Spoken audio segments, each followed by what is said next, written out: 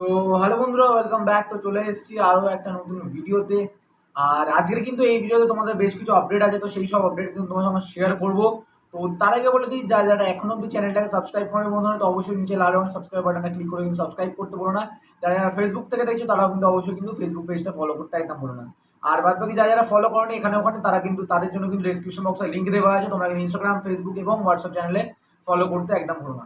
তো যাই হোক, যে বিষয়টা নিয়ে আপডেট দেবো তোমাদের হচ্ছে, প্রথম আপডেট যেটা দেবো তোমাদের হচ্ছে মোহনবাগান দলকে নিয়ে।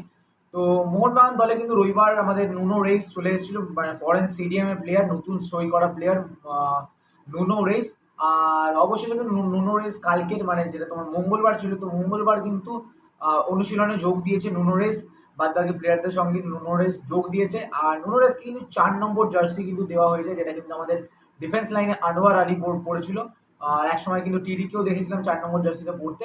তো সেই 4 নম্বর জার্সিটা কিন্তু নুনো রেইসকে কিন্তু দেওয়া হয়েছে এবং নুনো রেইস কিন্তু প্র্যাকটিস করছে।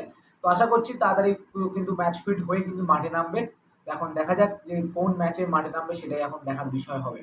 তো এর পরবর্তী আপডেট যেটা হচ্ছে আমাদের, যেটা তোমরা কমেন্ট করছিলে, ঠিক আছে, যে ট্র্যাক্টর এগেনস্টে যে ম্যাচটা আছে আমাদের 2 তারিখের ম্যাচ, অক্টোবরের 2 তারিখ।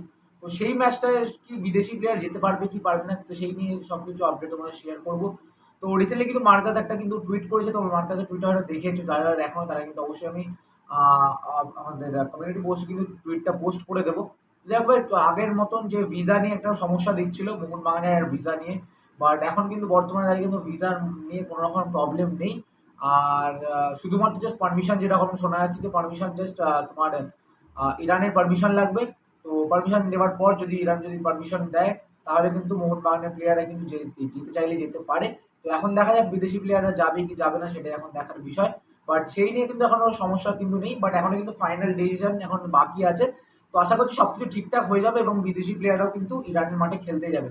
তো এরকমটাই কিন্তু আপডেট আছে। তো তোমাদের কি মতামত এই জিনিসটা নিয়ে, সেটা কিন্তু অবশ্যই কমেন্ট করে জানাতে একদম ভুলো না। বাট এটা ভেবে রাখো যে ভিসা নিয়ে আর কোনো প্রবলেম নেই। আর আশা করছি একটা পজিটিভ তোমরা খবর শুনতে পারবে পরবর্তীকালে।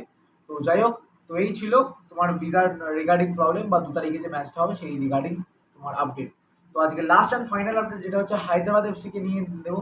তো হায়দ্রাবাদ এফসি তারা কিন্তু সই করে নিয়েছে ব্রাজিলিয়ান প্লেয়ার, যেটা হচ্ছে অ্যালেন পলিস্টাইন। তোমার অ্যালেন পলিস্টাইন, অ্যালিস পলিস্টাইনের নামটা যেটা হবে, প্রনাউন্সিয়েশন আমি ভুল করছি, বাট এই প্লেয়ারটিকে কিন্তু সই করে নিয়েছে হায়দ্রাবাদ।